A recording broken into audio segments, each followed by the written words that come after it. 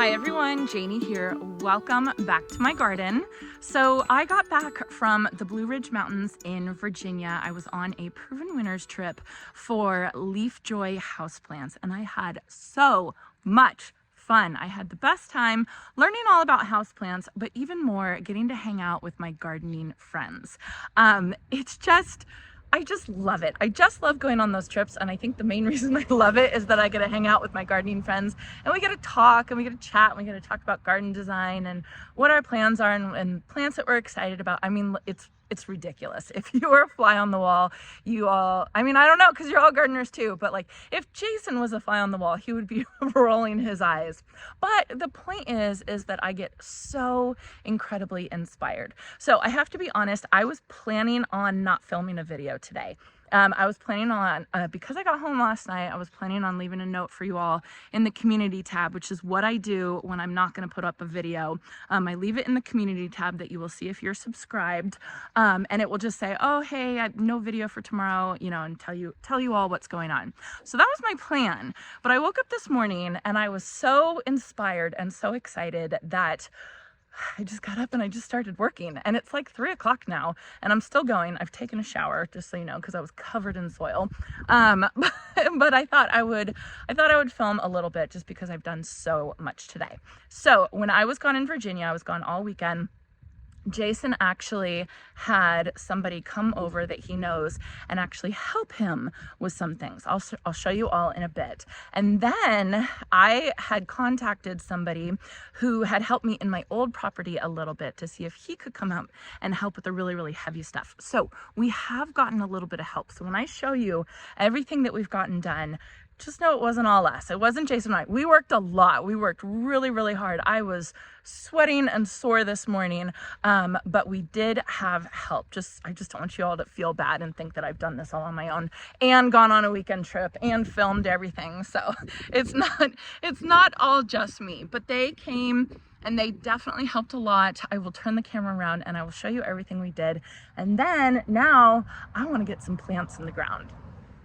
All right, let's start off with the front yard. Here's a quick overview.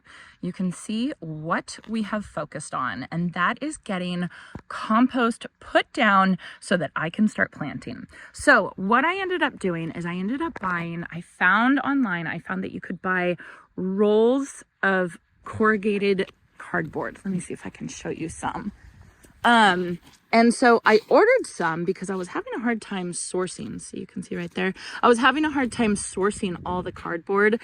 And then when I would have cardboard, like we would order something off of Amazon or something like that, it would have tape all over it. And it was just getting really annoying. And so I thought, okay, I'm just going to get rolls of cardboard. And so we rolled the cardboard out and then we put a couple inches of compost on top of it.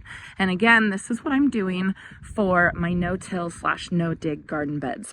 Matthew from the Southerners Northern Garden, he just did a video where he did this as well, and he did this with contractor's paper, which watch that video because it's another really good example and kind of explains like what we're doing, right? We're just trying to smother the weeds and smother the grass and everything, and then without messing up the underlying soil. So then you can see, let me expand this. There we go. Then you can see we made it all the way over here. I had already had this bed done and we made it all the way over here and all the way down there. And you can kind of see where I rolled out the cardboard and then I ran out when it came to over here. So we got a ton done, and then I ran out of compost, but I still had some potting soil left over from the Vigo garden beds. So I ended up just putting potting soil, like this is just regular garden soil. And I think it should be fine. Like the recommendation is to use compost, but there's a lot of compost in this potting soil. It's really, really good potting soil. So we'll see how it goes. But just know in this area, this is potting soil over the cardboard. So the other thing, I did a couple other things. I did prune up the orange trees today. I still have a mess over there. I cleaned up this mess here. I think I'm going to cut a little bit more over here, but I just started lifting them up and I think that they look so much better. Oh my goodness, they look so much better. I think I want to get that right there. So yeah, so I'm really happy with that. It, you know, it gives me a good idea of actually how much planting room I'm going to have underneath the trees. So I'm happy that I had the opportunity to do that. And then I also came over here to my pomegranate tree and I kind of lifted it up per recommendation from Lance Jackson, the fruit tree guy who came and helped me out, and it does look so much better. I am kind of waffling on this pomegranate tree. I am not sure if I like it and want to keep it. I don't know about it. So what I decided is that I was going to leave it here. I was going to limit up, you know, make it look a little bit cleaner and then decide. And then the last thing I did in the front yard is cleaned up underneath the lime tree. I got all the suckers out and I cleaned it all up. I left my tools out, of course. So that looks a lot better too. So you can see we were just kind of like, I was all over the place. They were helping move the compost. Luis and his wife, those are the people that came earlier today to help me out. I didn't want to film because I didn't think they would be comfortable on camera. So, but they did help me out quite a bit. Then moving to the backyard, you can see my pile that has been here forever is finally gone. And that is thanks to Luis and his wife, and then Jason's friend who came and helped out. So it was all the potting soil, all the compost. The 2 Vigo garden beds in the back here are filled. I feel like they're not quite filled enough. I think I need to come here and get a couple more bags of potting soil because I think it's going to sink down as well. I did trim this one a little bit. I still need to come and trim this one. And a lot of you were concerned about the rain coming down off of this roof and like damaging my plants because there's no gutters there, and I didn't even think about that. Thank you for pointing that out. I will be hiring someone to come and install a gutter right there because that could be really, really bad. Anyway, the last thing I wanted to show you that got done is all the wood chips, all the extra wood chips that I had got spread over here as well. Luis did this morning. So it looks so much better. I still need more. I need more wood chips.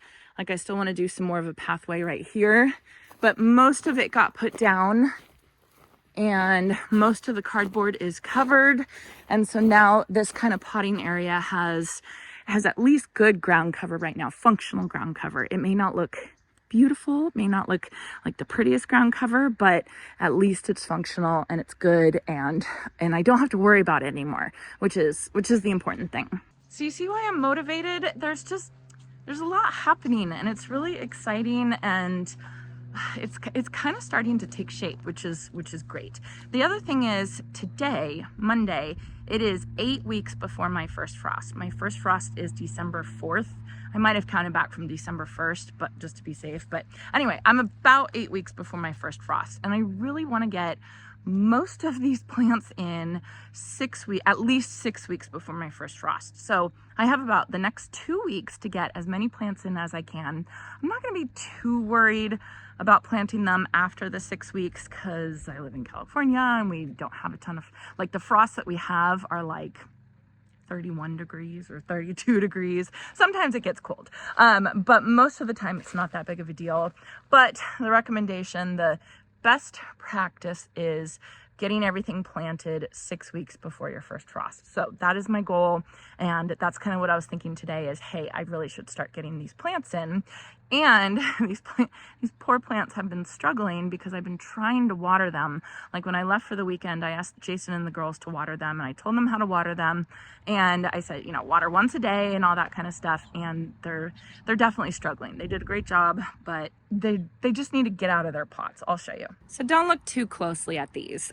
It is completely my fault just because I haven't gotten around to planting them. I got a big delivery from Walter's Gardens, which are perennials for proven winners. I got that delivery, I want to say like a month ago, and I've just been trying to get this done, all the compost, and it was just, I was fully planning to do it myself, and I obviously can't. This is too much work, and I'm really busy lately, so it just, you know, I just needed help. So these are right here. These are Banana Cream 2, Amazing Daisies Banana Cream 2. And Banana Cream 2 is an improvement of Banana Cream, which I thought Banana Cream was really pretty anyway, but I'm sure I'm sure there's a reason that they improved it. It's this creamy yellow Shasta daisy that, oh, it's just so pretty. I saw these at the Walters Gardens, the display gardens in Michigan, Zeeland, Michigan, and they were gorgeous. They had a couple, I think they had like 3 of them together. They just looked so very pretty. And I love Shasta daisies so much.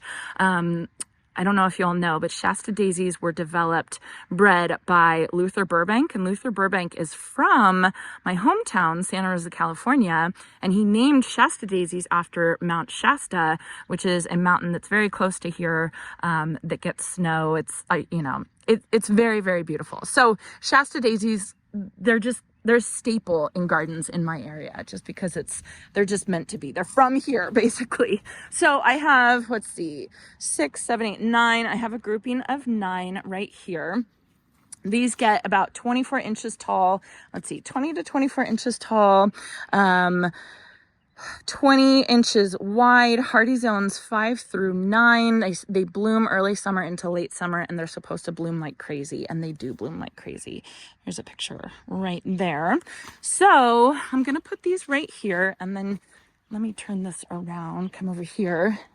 So my pathway, you can kind of see where my pathway is going to go. And yes, I put compost down right over the pathway, which was silly because I'm going to take that soil and compost off once I'm ready to get that down. But I just wanted to get everything down right away. I'm going to do a decomposed granite pathway with metal edging. And so that's going to go right there. So I'll have to take off this soil anyway. I just wasn't ready for that. So anyway, coming this way, over here, this is where I am planting the rest of them. So here is my previous planting over here. The pathway is going to come this way. I don't know if it's going to be this wide.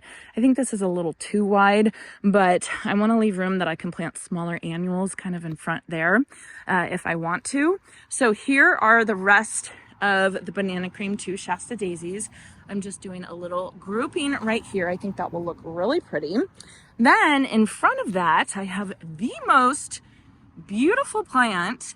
Again, these are perennials from Walters Gardens. And again, I saw this one at Walters Gardens in one of their like award-winning beds. At Walters Gardens, they have these beds that are like the best of the year, and they'll plant perennials that are the best of the year, and they really are so good. So I saw this one. I hope the color's coming across well, but the color is it's like electric purple. It's so pretty. It is called Meant to Be Royal Raspberry.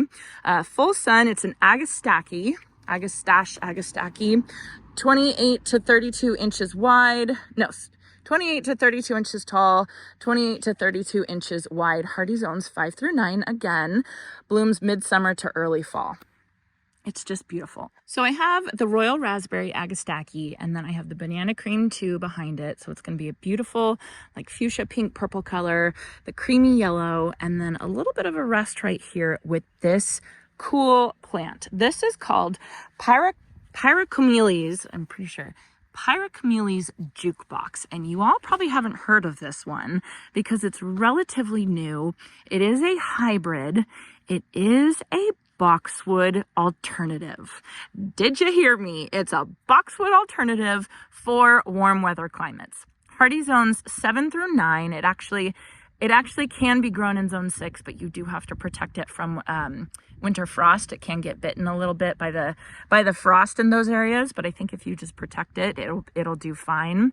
It is a cross between 2 plants. One of them is a pyracantha, which is what is that, like a fire bush or something like that, and that one normally is really pretty, but it does have thorns. It has these really pretty red berries, but it does have thorns. So they've crossed the pyracantha with a osteomeles. I'm not familiar with that plant at all, but there's no thorns in this plant. It's really, really pretty. It gets 3 feet tall, 3 feet wide, and you can hedge it up. You can trim it, you can hedge it up, you can put it in a hedge, you can put it in little balls. I have not grown this yet, obviously, so I cannot say anything about it. But do you all remember when I went to the UC Davis drought tolerant plant trials?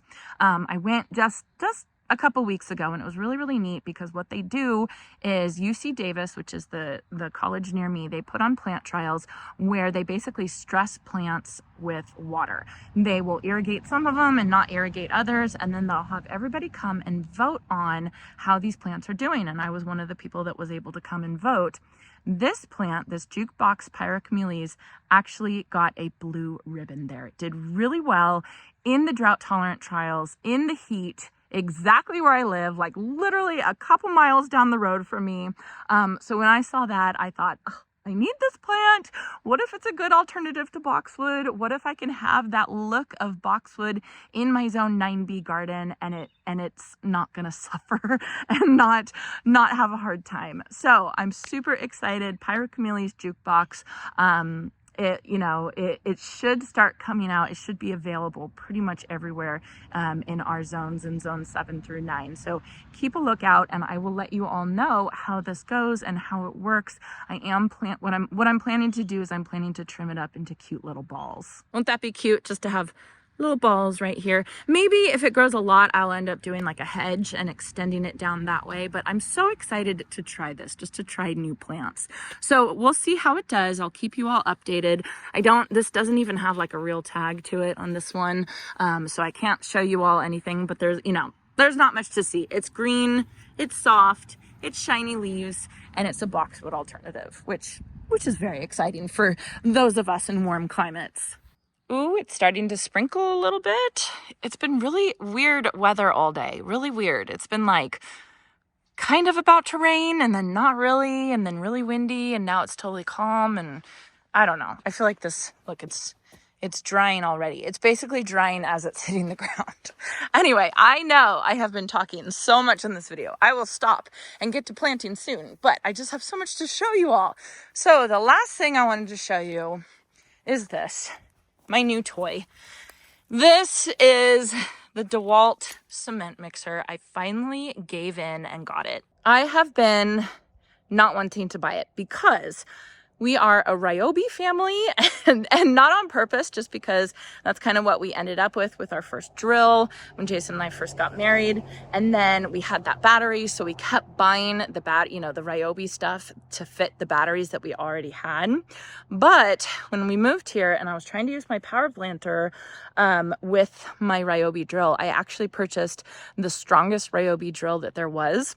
And I think that strong Ryobi drill would work in normal soil situations, and I don't have a normal soil situation. I have very, very compacted soil, very dry soil, and very rocky soil as well. So it just wasn't enough. It was like stopping. As soon as I would put it in the ground, the resistance was just stopping the power planter. So I knew I needed to do something else.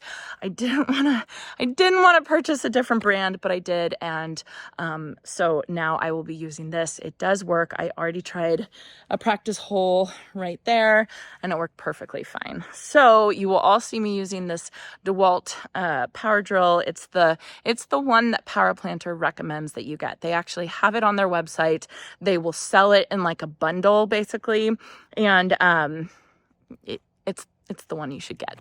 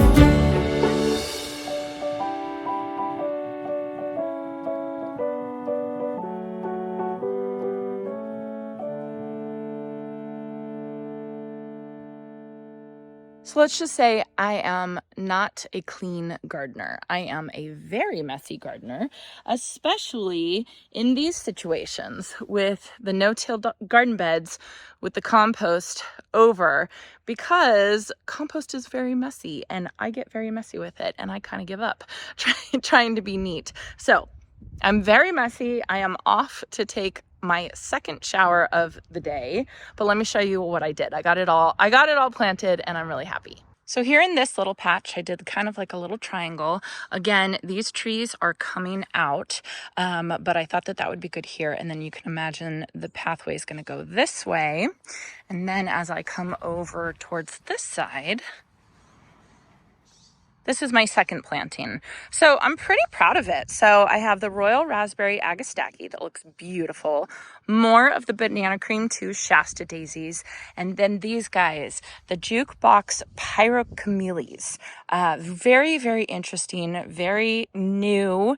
And I can't wait to see how they do. I'm just kind of excited about them. So they're still babies right now, so we'll see how they do over the winter. They'll have plenty of time to settle in before our first frost, and then since I'm in zone 9B, I think that they are going to be totally fine. I guess my biggest concern with these is the shape of them. Like, are they going to look kind of messy? They say that you can trim them up and make them look really nice, but you know, boxwoods are really nice. Boxwoods are really nice and tight and tidy, and so I'll be interested to see how these do compared to boxwoods. But they're pretty cool, so stay tuned for updates on these. These are going to work out beautifully. These are looking great. Well, I mean, it's the end of the season, so they're kind of looking great. They're starting to fade, but they're healthy and they're happy and they're settling in very well. So that is going to be it. I am really glad that I got around to filming a video today. Honestly, I was supposed to rest all day today and I worked all day, all day today. That's how excited and eager I was to get out into my garden. So it's a good thing. It's always fun to be excited about it. Sometimes, you get tired and like all you want to do is sit around and watch TV or look at your phone or something like that. And today was not one of those days. Today I wanted to come outside and I could not stop myself. So it's a good day. I hope you enjoyed this and I hope you all have a chance to get in your garden today.